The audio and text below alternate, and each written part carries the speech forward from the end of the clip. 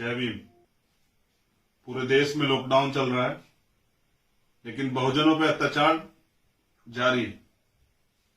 बहुजन समाज के लिए आज बहुत ही दुख का दिन है। कारण यह है कि हरियाणा प्रदेश के यमुनानगर जिले से आने वाले बहुजन समाज क्रांतिकारी वीर योद्धा भाई रमन वाल्मीकि आज हमारे बीच नहीं रहे। रमन भाई के परिवार द्वारा उनकी हत्या की आशंका जताई गई है। प्रशासन द्वारा जहर देकर मारने की आशंका जताई गई है। क्योंकि लॉकडाउन है, इस वजह से मैं अपने परिवार के बीच नहीं पहुंच पाया। मैं दुखी भी हूं। मैं हरियाणा के मुख्यमंत्री से निवेदन करता हूं कि आपकी पुलिस पर हमें भरोसा नहीं, तो इस घटना की निष्पक्ष जांच कराने के लिए सीबीआई जांच कराई जाए। किसी भी कीमत पर हमें कमजोर ना समझा जाए। अगर रमन भाई को न्याय नहीं मिला तो लॉकडाउन खत्म होते पूरे देश में आंदोलन किया जाएगा और हरियाणा बंद किया जाएगा। दुख की इस घड़ी में हम सब लोग अपने पीड़ित परिवार के साथ हैं। जय भीम, जय भारत।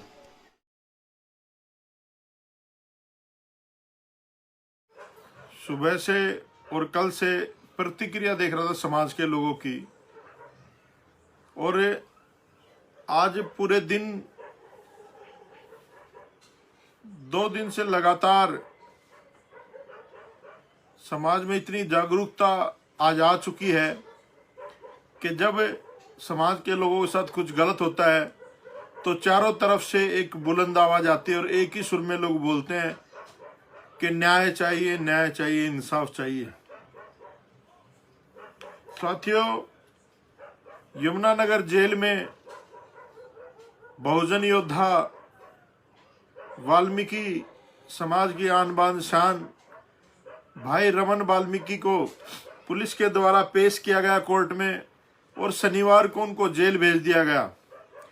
साथियों, घटना होली के आसपास की थी, जब वहां का एक सचिन पंडित उनके क्षेत्र में आकर के बदतमीजी करता है, उल्टी सीधी हरकत करता है, तो जब वो लोग प्रतिरोध करते हैं, उसका विरोध करते हैं, तो आपस में कहा सुनी होती है साथियों। और उसके बाद भाई रमन वाल्मीकि पे वो लोग मुकदमा दर्ज कर लेते हैं, गोली चलाने का, घर में घुस के मारने का। आप समझ सकते हो ये किस तरह का मुकदमे दर्ज किए जाते हैं हमारे लोगों पर। और हमारे लोगों की एफआईआर बाद में की जाती है, जिसमें जो वहाँ के दबंग लोग थे उन्होंने जिस तरह की भाषा का इस्तेमाल किया, जिस तरह के शब्दों का प्रयोग किया, वो आप लोग सोशल मीडिया पे सब देख रहे हो कि किस तरह हुआ। साथियों, इसमें जो मिली भगत है वो पुलिस प्रशासन की मिली भगत है और जेल प्रशासन की मिली भगत है। रमन वाल्मीकि 6 फुट का लंबा, तगड़ा, चौड़ा एक बहुजन समाज का योद्धा था, जिसको सारे क्षेत्र के लोग गरीब लोगों की आवाज बनकर वो हमेशा लड़ता था। तो लोग जो अत्याचार करने वाले लोगों को बड़ा डरते थे रमन भाई से। उन्होंने सोचा अगर ये लोग जिंदा रहेंगे तो हमारे जो उत्पीड़न अत्याचार हैं वो हम लोग नहीं कर पाएंगे। तो साथियों, एक साजिश के तहत रमन भाई को जेल के अंदर, डॉक्टरों का कहना यह है, निरीक्षक का कहना यह है कि फूड पॉइजनिंग होगा। फूड पॉइजनिंग में इतनी जल्दी आदमी की डेथ नहीं होती, और वो भी स्वस्थ व्यक्ति की। साथियों, जेल प्रशासन ने या उनकी मिली भगत से उस साथी को जहर दिया गया और जहर देके मार दिया गया। साथियों, जेल प्रशासन में तो तुरंत प्रभाव से सबसे पहले तो जो जेल अधीक्षक है वो सस्पेंड होना चाहिए, टर्मिनेट होना चाहिए, और जितना प्रशासन वहां पर लगा हुआ है उन सब के खिलाफ कार्रवाई, कानूनी कार्रवाई होनी चाहिए। साथियों, और जो जिस सरकार के अंडर वो जेल आती है वहां का जो होम मिनिस्टर है उसको इस्तीफा देना चाहिए, क्योंकि होम मिनिस्टर के अंदर जेल आती है। जब वो लोग कानून प्रक्रिया को चला नहीं सकते तो उनको पदों पर रहने का भी कोई अधिकार नहीं है। साथियों, अब लॉकडाउन है, हम लोग जा नहीं सकते, प्रतिबंध लगा रखा है। नहीं तो हम लोग वहीं पर होते, आपको पता ही है, जहां भी एट्रोसिटी होती है मैं पहुंचता हूं, अपने साथियों के साथ जितनी भी मदद हो सकती है हम लोग करते हैं। और जैसे ही लॉकडाउन खत्म होगा, हम लोग बताएंगे उन लोगों को कि इस बहुजन समाज की और वाल्मीकि जाति के लोगों की शक्ति क्या है। पंजाब, हरियाणा पूरा जाम हम लोग दिल्ली कर देंगे। अगर हमारे भाई को न्याय नहीं मिला तो फिर हम लोग न्याय जबरदस्ती लेके रहेंगे। हमें पता है न्याय कैसे लिया जाता है। और एक थोड़ी कड़वी बात कहूंगा मैं आप लोगों से।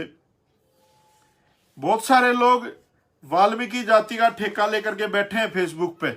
बहुत सारे लोग हैं, वाल्मीकि जाति का ठेका ले रखा कि सबसे बड़े शुभचिंतक वाल्मीकि जाति के वही लोग हैं। और जब कोई एट्रोसिटी होती है तो वो कहीं आसपास भी नहीं दिखते, कहीं नहीं दिखते।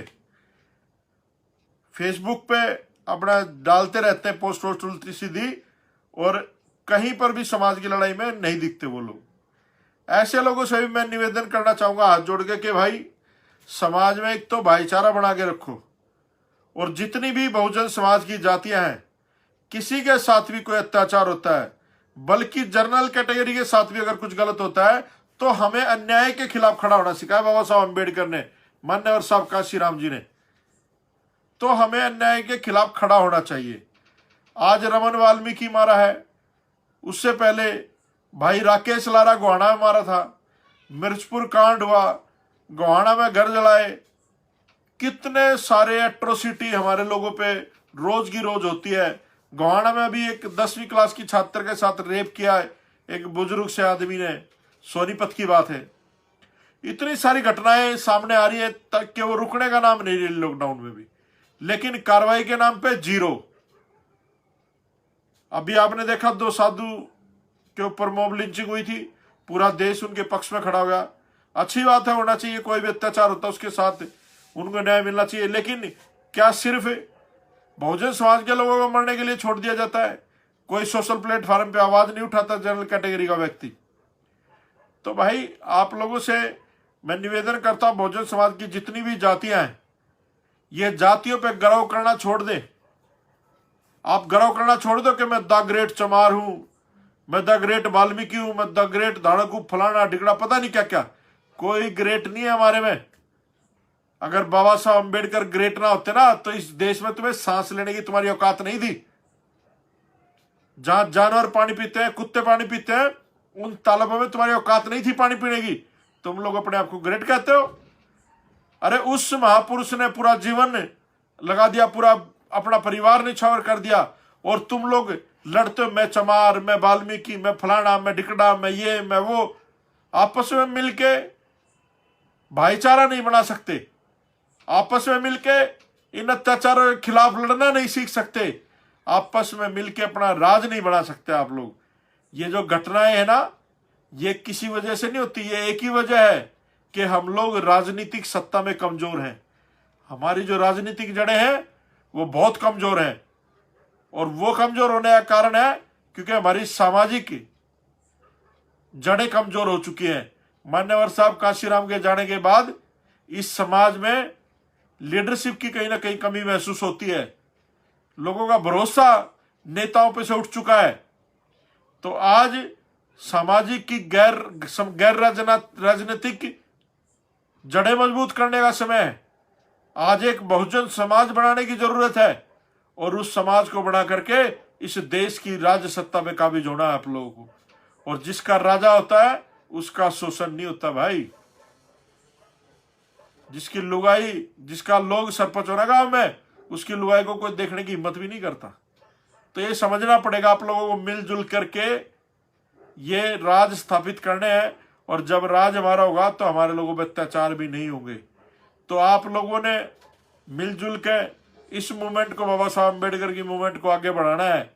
और मैं जानता हूं कि वाल्मीकि जाति में एक से एक योद्धा पड़ा है, एक से एक चिंतक पड़ा है, लेकिन उन लोगों को भड़काया जाता है कि चमार तुम्हारे आरक्षण खा गए, तुम्हारा वो फलाना खागा, तुम्हारा वो ढकड़ा खागा। मैं कहना चाहता हूं आप लोगों को, चमारों से सीखने की जरूरत है।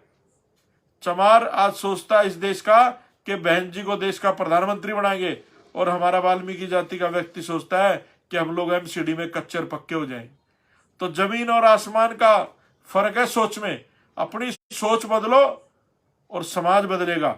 आप लोग भी बड़ा सोचो, अपने बच्चों को एजुकेशन की तरफ लेके जाओ, अपने बच्चों को पढ़ाने की, आगे बढ़ाने की कोशिश करो और बाबा साहब अम्बेडकर के संविधान में भरोसा रख के और बाबा साहब में भरोसा रख के बाबा साहब को अपनाओ। वाल्मीकि जाति के लोग, आज भी बहुत सारी जातियां ऐसी हैं जो बाबा साहब को नहीं अपना रही है, नहीं जानती हैं। मैं बताना चाहता हूं, इस देश में एक एक प्राणी, एक एक जानवर, एक एक खेत खलियान, पेड़ पौधे, सबके लिए बाबा साहब अम्बेडकर ने संविधान में प्रावधान किया। तो आप सबको मिलजुल के इस देश की राज सत्ता पे काबिज होना है भाई। अगर आप लोग राज पे काबिज हो गए तो कानूनी कार्रवाई भी होगी, हमारे लोगों पे अत्याचार भी नहीं होगा, उत्पीड़न भी नहीं होगा, किसी की औकात नहीं होगी कि हमारे लोगों पे अत्याचार कर सके। तो साथियों, अभी लॉकडाउन चल रहा है, जैसे ही ये खत्म होगा हम लोग भाई रमन वाल्मीकि को न्याय दिलाने के लिए संघर्ष करेंगे और जो भी लोग इसके पीछे हैं उनको जेल में डलवाने के लिए हम लोग संघर्ष करेंगे।